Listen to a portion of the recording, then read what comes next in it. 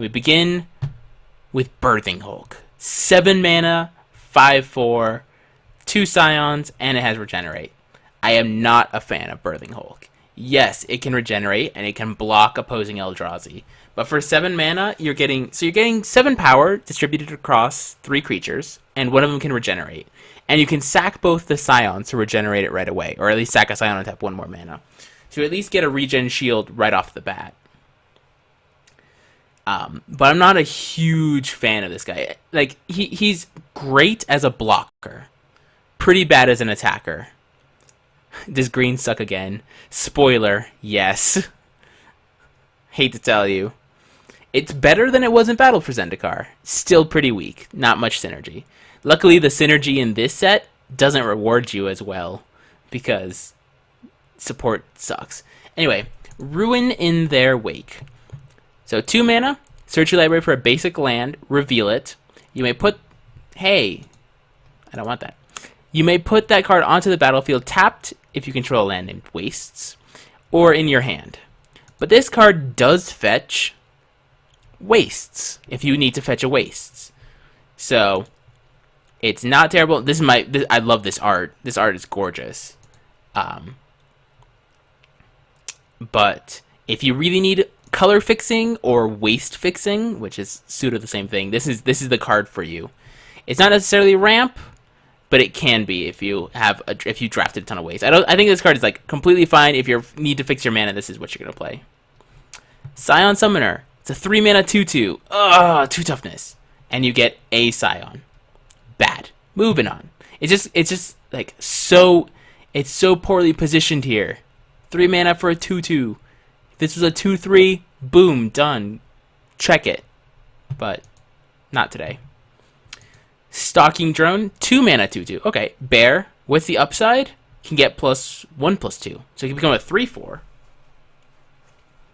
As I've said multiple times, Bear with upsides, I'ma play it. And this is a bear with a pretty decent upside, not gonna lie. Oh my god, Vile Redeemer is so good. So apart from being a 3 mana 3/3 with Flash, when you cast it, remember cast, not even resolve, you may pay colorless, so costs an extra mana if you want to get this ability. If you do, put a Scion for each non-token creature that died under your control this turn. So you can just kamikaze a bunch of creatures to deal some damage and then get a whole bunch of 1/1s if you really need it. This card is very good.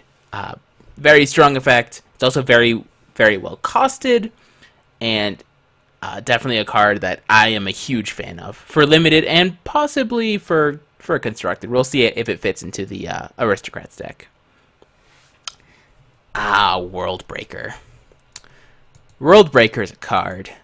So it's a 7 mana 5/7, so it's kind of small when it comes to the Eldrazi. It has reach. Okay, that's great.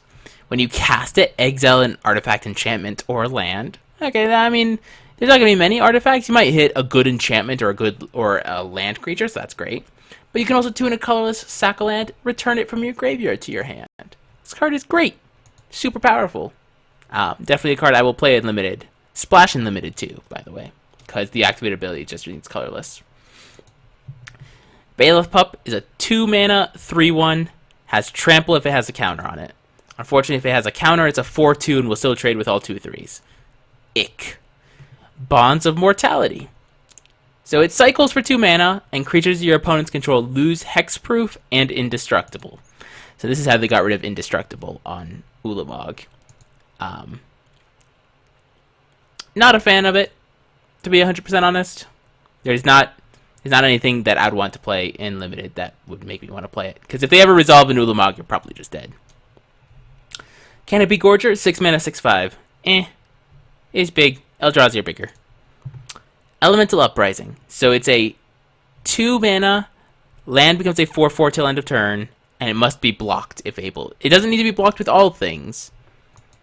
I'm not a huge fan of Elemental Uprising. It's basically like an instant speed blocker.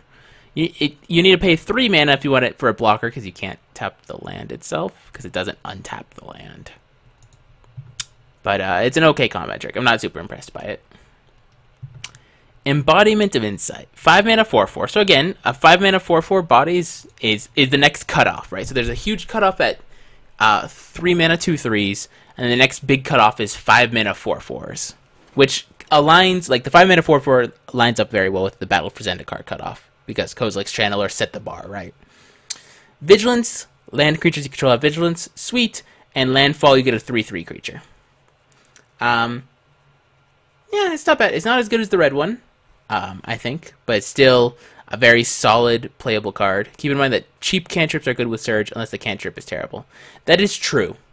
That is true. But though there are not many Surge cards in green. Most of the Surge cards are in the other colors. You're going to find a few Surge cards, but green has... As I said, green doesn't align very well with a lot of the Surge costs. So Gladeheart Cavalry is a card that I'm having issues evaluating. So it's a 7 mana 6/6 with support 6. So it rewards you for going wide. And there are a fair bit of Eldrazi Scion cards that reward you for that. And when a creature with a +1/+1 counter dies, you gain 2 life. I think this card can be very powerful and can be really swingy. Like, it's basically an anthem for all your creatures that are in play. That's not bad. 7 mana is a lot. But sometimes you just get... If you get the full support 6, this is the type of card I want support on. It's a huge creature already, and it can gain you life if you just need to start chump blocking if you're behind. So the abilities mesh very well together. Harvester Troll. 4 mana. Hey, look, 2/3. Enters the battlefield, you may sacrifice a creature or land. If you do, put 2 counters. So the question is a 5 mana, or sorry, is a 4 mana 4/5 sack a land okay? Notice how I said the cutoffs were at 2/3 and 4/4? I will probably like sack a land or sack a Scion or sack a creature that's been enchanted with Tightening Coils or anything like that to make this guy decent. I think he's actually pretty powerful. I think having 5 toughness is quite relevant. He's going to get some pretty solid attacks in. And sometimes you just don't want to sack it, and you get paid 4 mana for a 2/3, and then you're just sad. Lead by example. Support 2. Put 2 counters for 2 mana. Moving on. I'm always disappointed by these sort of instant speed put counters effects. Like, I always undervalue them every time. So it's probably better than where I'm rating it, but I'm never impressed. The prior examples have not led me to believe that they're good. Loam Larva. 2 mana 1/3. Okay, so it blocks the 2 power guys. Very good. Cough, cough, 3 toughness. Enters the battlefield, you may search your library for a basic land, reveal it, shuffle your library, then put it on top. It's okay. Sometimes you're just gonna, like, this card is great in, like, the 2 land hands that just need the 3rd land. So it's a fine playable. It doesn't put it in your hand. So it does cost you a draw. It doesn't draw you the land, but it's still completely playable. Good if you need fixing. Good if you need to find wastes. Natural State, great for the sideboard because, I mean, so the white enchantment costs 4, so this doesn't hit the new Oblivion Ring. That can be a problem. It hits Stasis Snare. It hits Tightening Coils. I think it's just a sideboard card. I'm not going to play a main deck. Hey, look, another 3 mana 2/3. What a surprise. Do you notice how I keep saying this? There's a reason. There's a reason. People don't notice these sort of things sometimes. 3 mana 2/3 with Reach. That when if it blocks a creature with flying, it gets +2/+0. So this card is completely fine. It's playable. Again, there's a million 2/3s for 3 in the format, and this blocks all the flyers. It's fine. Not great, not terrible. Definitely better than the giant spider, like giant mantis, right, from the prior set. In my opinion. Nissa is a Planeswalker in Limited. Please play it.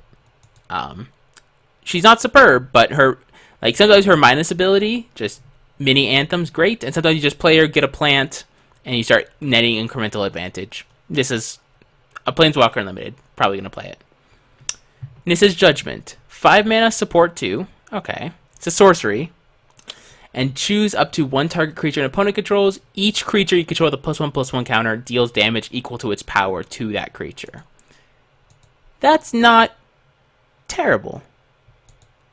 Weird. Okay, well, I guess Netcaster is an M15 reprint. Yep. And I liked it in M15 too, by the way. Though I think this art of Netcaster Spider is way sweeter. Oath of Nissa. I think Oath of Nissa is the one that's most likely to see constructed playable, or be most constructed playable. And in Limited, it at least cycles and draws you a creature, land, or planeswalker. Early game, that's what you want. Late game is what you want. Definitely Limited playable. But again, notice the lack of green surge cards, because there's basically none. Pulse of Marasa is pretty terrible. 3 mana, return a creature or land from a graveyard to its hand, you gain 6 life. Ick. I don't like this card. It's 3 mana, draw a card, and gain 6 life. Not impressed by it. Saddleback Lagak. 4 mana, 3 power, 1 toughness. 3/1s are just so poorly positioned in this format. Sure, it enters the battlefield support too, but this body is basically dead. I don't like it. Don't like it at all. Seed Guardian. It's a 4 mana 3/4. Great. This is the body that is above the curve for everything below it. So this thing is great up until you get to the 5 mana 4/4s, which yeah, it costs 4, but it has reach. Great. Blocks most flyers in the format. And when it dies, you put an XX, where X is the number of creature cards in your graveyard. Seed Guardian is real sweet. I am a fan of the Seed Guardian. I think it's a very powerful uncommon. Sylvan Advocate. 2/2 with upside, with the upside being if you control 6 or more lands, it and all land creatures get +2/+2. So it's at, it could be a 2 mana 4/4 vigilance, even if you have no land creatures. I think it's definitely a playable. Like, I like my bears with upside. It's not going to be a bomb rare, but it's certainly very limited playable. It's a 2/3. Oh, it's a 2/3. Damn it, it's a 2/3, not a 2/2. Even better. Boom, done. Even better. It's another 2/3. Thank you. The Druid Path Warden. 5 mana 5/4 vigilance trample. It will trade with all 5 mana 4/4s. Not good. Cross it out. It would be a 4/5. Yeah, even better. And Vines of the Recluse. 1 mana. Target creature gets +1/+2 and gains reach and untap it. For 1 mana, it's not unreasonable. They can kill an creature, turn off the ability to have exactly 6 lands. Yes.